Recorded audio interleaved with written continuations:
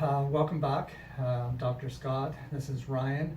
If you guys haven't watched our concussion videos for Cheerforce, make sure you guys do that. It should be on your Facebook pages, and we also have a YouTube video for Optihealth Clinic. Today what we want to get into is, I have a pretty big background in sports science. So I spent about 20 years as a sports scientist working with like the Toronto Maple Leafs, the Toronto Marlies, the national rowing team, a lot of NCAA Division 1, 2, 3, 4, 3 athletes, just to try and help them with their scholarships to train for their sports. So I want to kind of use that information here. While we have Ryan here with us, he's going to be helping me implement this program and probably doing a lot of the assessments on his own. And then from there, we'll talk about what these assessments are going to do. We have run a few things in the past few years, but this one we've laid out. It's a little bit more sport specific. We're going to do it for every sport, but for here we're going to do it for cheerleading. So we're going to take a look at. We know the routines are about 2.5 minutes long. How many jumps do they do? How many lifts do they do? How much are they lifting? What are the heart rate is going on? We're going to take a look at some video, and Ryan's going to talk about the assessments in a second. But we want to make a more fit athlete, a stronger athlete, one that can hopefully reduce the amount of injuries that we're seeing. And we are having conversations with the coaching staff of Cheerforce on trying to design practices to reduce injury risk. So I'm going to let Ryan talk about the assessments, and then we may throw in another video after this just to go on and talk a little bit more about how much work is actually done in a cheerleading practice and in a cheerleading routine, and how can you prepare for that. So as Scott mentioned, I'm Ryan. I'm currently a master's student set to graduate in August in kinesiology. So yeah, I'll be taking over a lot of the performance assessments stuff. So what we're doing with these sports performance assessments is we want them to be sport specific, which is also very important to us. So our goal is to assess the strengths and weaknesses of each athlete, and we'll do this using various forms of technology we have in the clinic that a lot of other clinics wouldn't have. So we've got something to measure jumps, we've got accelerometers to measure movement, we've got force plates to measure balance, we have a virtual reality system to measure their eyes and visual system.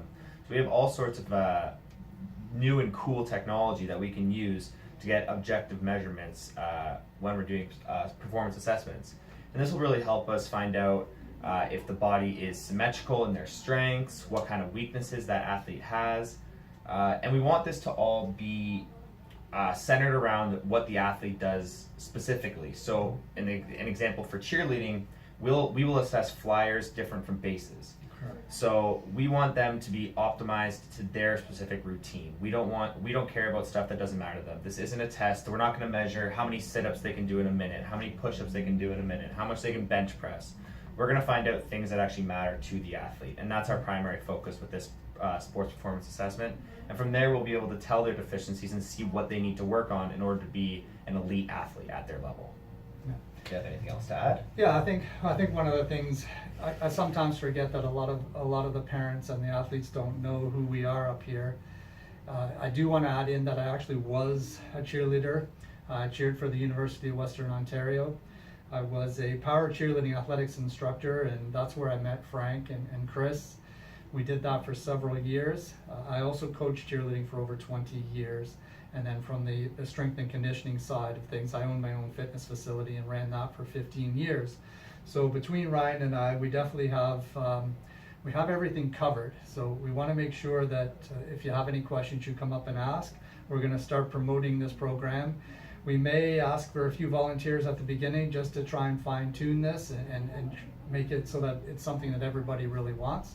If you do have children that are in other sports, we're definitely, and we have done it in the past, we do assessments for hockey, baseball, lacrosse, field hockey, whatever it's going to be, because basically it's for that athlete.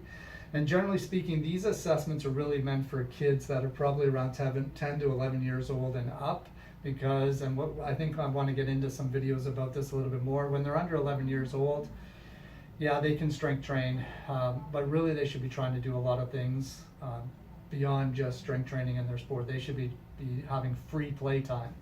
When you start getting into the 10 to 11-year-old range, these athletes should be training outside of their practices a minimum 2 days a week. So that's what these assessments are going to help for. Get them better at cheerleading, and also help design some type of program for them where myself, Ryan, and Tessa, who's our exercise physiologist, can work with you guys. So until next time, where we'll kind of expand on some of these things, if you have any questions, please reach out to us.